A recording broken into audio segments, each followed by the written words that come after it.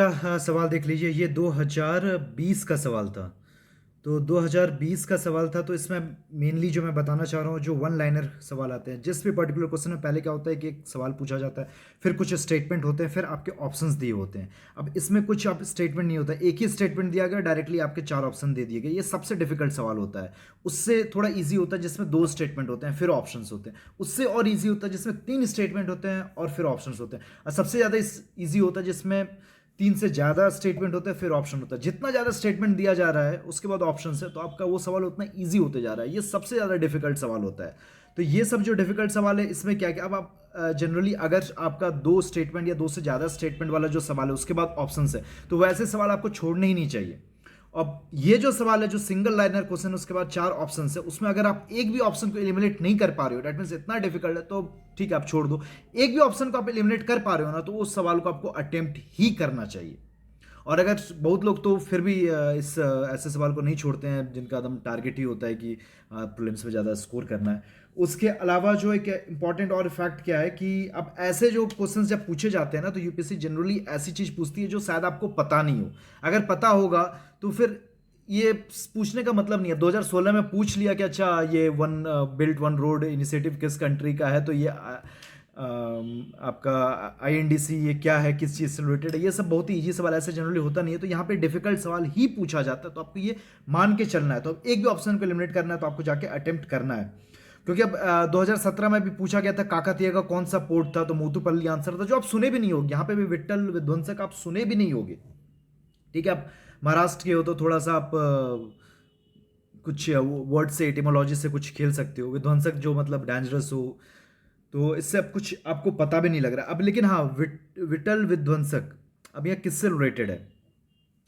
वालंकर, फूले, गांधी और भीमराव अंबेडकर, ये चार आपके ऑप्शंस दिए गए। अब यहाँ पे देखिए, अब आपको पता तो इसके बारे में होगा नहीं, फिर भी कुछ आप लॉजिक लगा पा रहे हो तो उसको अटेम्प्ट करो, नहीं तो उसको छोड़ दो। इसका ये सिंपल सा फंडा होता है। लेकिन हाँ, फिर भी एक भी ऑप्शन एलिमिनेट करना है तो आपको छोड़ना नहीं है, लेकिन यहाँ पे भी आप अटेम्प्ट करके आंसर निकाल सकते हो। अब इसमें देख लीजिए, विट्ठल विध्वंसक। अब यहाँ पे आप अंबेडकर की किताब पढ़ते होगे, ठीक है, एनिलिसन अगेंस्ट कास्ट। गांधी की पढ़ते होगे, इंडिया, ये न्यू इंडिया हो गया, हरिजन हो गया, उसकी ऑटोबायोग्राफी थी माई एक्सपेरिमेंट्स विथ ट्रूथ। और फूले का भी आप पढ़े होगे।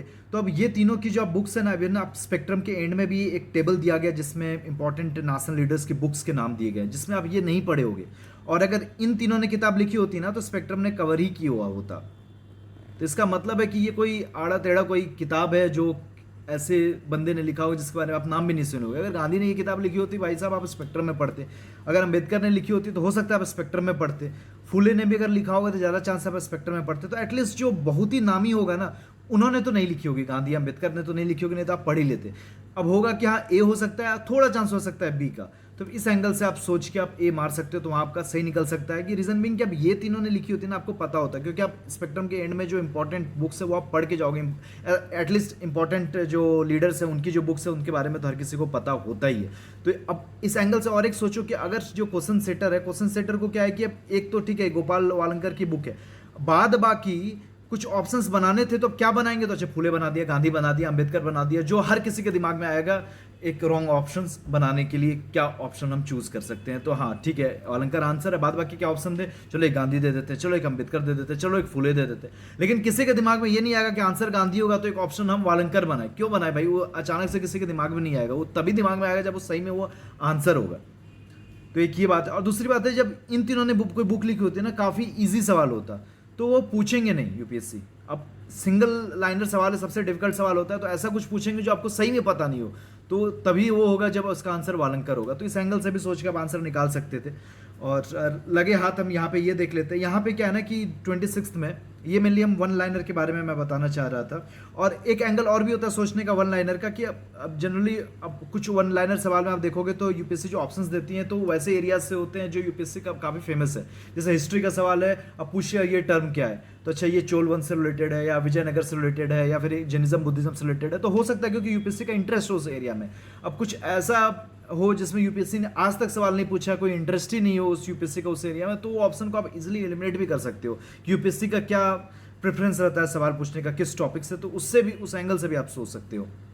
अब लगे हाथ यहाँ पे एक सवाल था तो ये देख लेते हैं। ये सवाल भी आप देवस्कर की कोई चीज़ ये स्पेक्ट्रम में कवर्ड भी नहीं है। अब यहाँ पे आप देखिए कि देवस्कर की बुक है देसेर कथा, ठीक है, तो इसके बारे में कंसिडर द फॉलोइंग स्टेटमेंट्स। अब ये है it inspired the performance of swadeshi street plays and folk dances, ठीक है, generic statement. It warned against the colonial state's hypnotic conquest of the mind, ठीक है, ये भी जेनरिक स्टेटमेंट। तो 1 2 तो होना ही है। तो अब ये 1 2 आंसर होगा चाहे 1 2 3 होगा। अब थर्ड देखिए, the use of desh by the Deuskar was in specific context of the region of Bengal.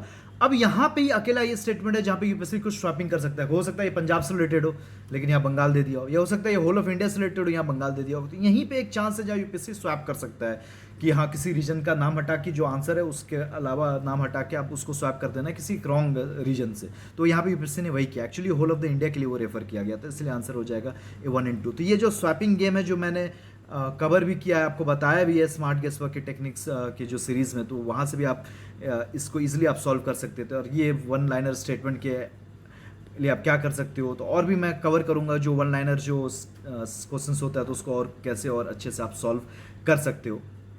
उसके अलावा आपको ये सीरीज़ अच्छी लग रही है then do subscribe my channel, और फिर जो इंपॉर्टेंट वीडियोस है मेरे टेलीग्राम चैनल पे आ जाते हैं। और उसके बाद कुछ इंपॉर्टेंट टेक्निक्स आपको देखना है तो मेरे 2016 से लेकर 2022 तक स्मार्ट गेस वर्क से मैं ये 7 साल के सवाल को सॉल्व किया हूँ, तो वो आप वीडियोस भी देख सकते हैं। 13 14 15 की जल्दी डाल दूंगा। और उसके अलावा स्मार्ट गेस वर्क की सीरीज़ भी है, टोटल 14-15 वीडियोस में डाल चुका हूँ, जिसमें मैं 5 मिनट का वीडियो होता है और 1-2 सवाल को डिस्कस करता हूँ जिसमें आप स्मार्ट गेस वर्क से सॉल्व कर सकते थे जो सवाल आपके नॉलेज से नहीं बनेगा। तो ऐसे पर्टिकुलर वीडियोस आपको काफ़ी हेल्पफुल होंगे आपके प्रीलिम्स के एग्जाम से, तो वो सारी जो सीरीज़ है एटलीस्ट तो आप वॉच कर सकते हैं।